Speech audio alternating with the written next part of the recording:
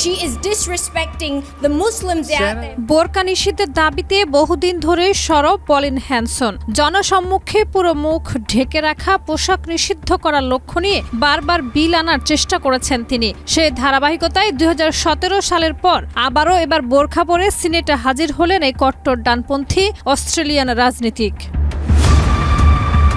One nation পার্টির হয়ে Queensland থেকে নির্বাচিত হ্যানসনের এই আচরণ এবার তীব্র সমালোচনার মুখে পড়েছে।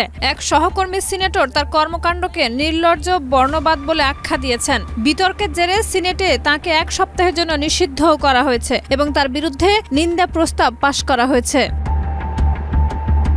হ্যানসনের দাবি, তিনি বোরকা পরে সিনেটে গিয়েছিলেন বোরকা নিষিদ্ধের প্রস্তাব খারিজের প্রতিবাদ হিসেবে। তবে অনেকেই তার এই কাজকে অবমাননাকর বলে মনে করছেন। শিয়া বাটার ও ভিটামিন ই সমৃদ্ধ লিলি বিউটি সোপ, তারুণ্যময় উজ্জ্বল ত্বকের জন্য। রিমার্ক। গ্রিনস দলের মুসলিম সিনেটর মেহরিন ফারুকি বলেছেন, হ্যানসনের আচরণে স্পষ্ট বর্ণবাদ ফুটে উঠেছে। স্বতন্ত্র সিনেটর ফাতিমা পেম্যান এটিকে ঘৃণ্য আখ্যা দিয়েছেন।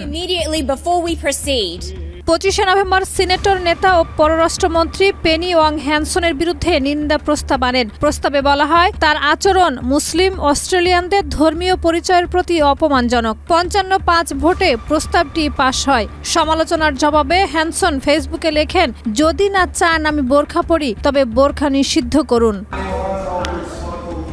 এর আগে 2016 ও 1996 সালের প্রথম বক্তব্যগুলোতেও তিনি মুসলিম ও এশিয়ান অভিবাসন নিয়ে বিতর্কিত মন্তব্য করেছিলেন। এবার তার সেই বিতর্কিত ধারায় যোগ হলো নতুন বোরকা কাণ্ড। শাহিদা রুবি, মাই টিভি।